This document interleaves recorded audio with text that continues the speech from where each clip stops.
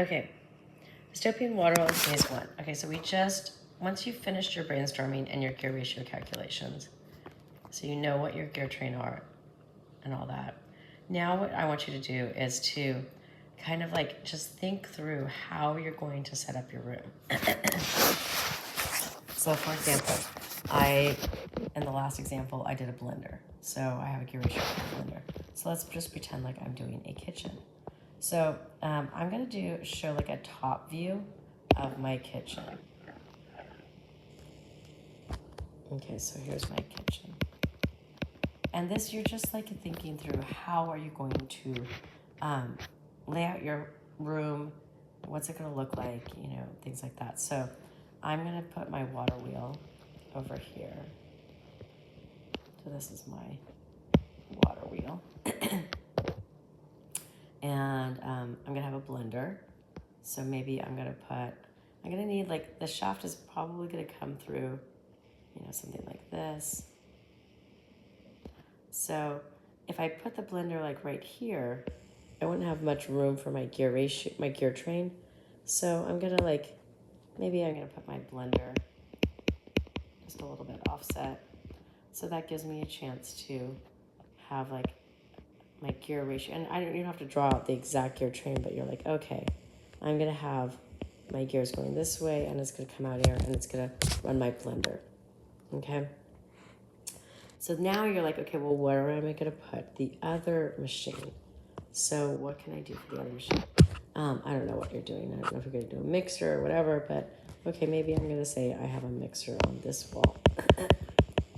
Okay, how am I going, and I haven't calculated.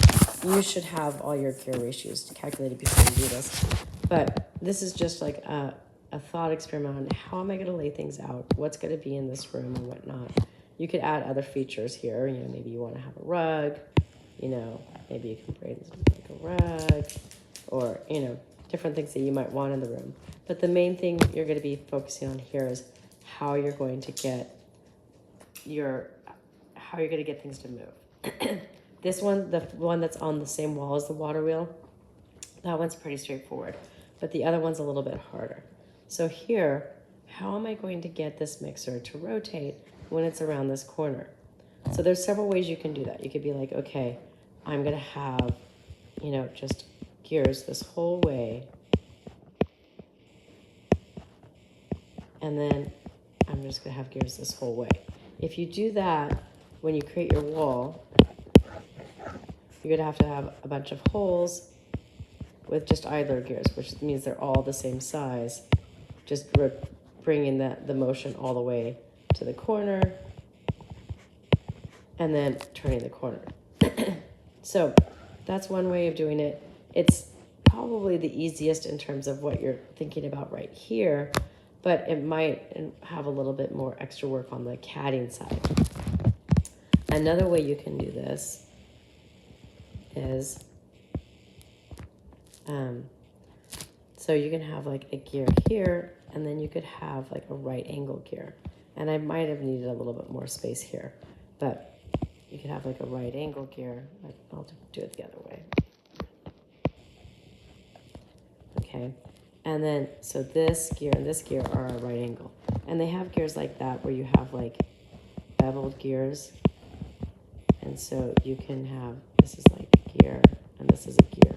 And so you can have one gear here and one gear here. And so you're doing like a right angle. So that's the idea behind this one. So here you have that, and then I'm going to have a shaft that goes this way. Now you're probably going to need to have like a little mini wall for it to be supported. So that's a little bit of extra catting too. But no matter how you do it, you're going to have some extra catting.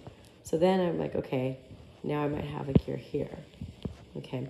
Now I would have this gear, and this gear all the same size. Maybe they're all 8 inches. Okay, 8-inch gears. So that I'm not really worried about the gear ratio at this point. Or actually, this one down here, I'm probably going to make a higher gear ratio. I would have those be the same. So these would both be 8 inches. But then this one, remember, a mixer is going to be going faster than 30. Our input RPM of 30 is going to be going faster. So now what I could do is I could make this one of my 32-inch gears, right? And then this could be like an 8-inch gear driving the 32-inch gear. And you could like be doing that. So your gear train could be going this way, and then you could have your mixer come out like that. So those are a couple different ways of getting getting around a corner and getting the motion further away from the water wheel. So I think that's the last step of, the sketching the layout, okay? When you're done with your, now I would probably add some bells and whistles, other things I might add to my kitchen, table, I might say I might have like a table. There's other fun things you can add. So, add a few extra bells and whistles to this, and then I would submit this. You're going to I did this pretty quick. You should make yours as nice and neat and showing all the different things. But then when you're done with that, this is what you're going to be submitting to Schoology.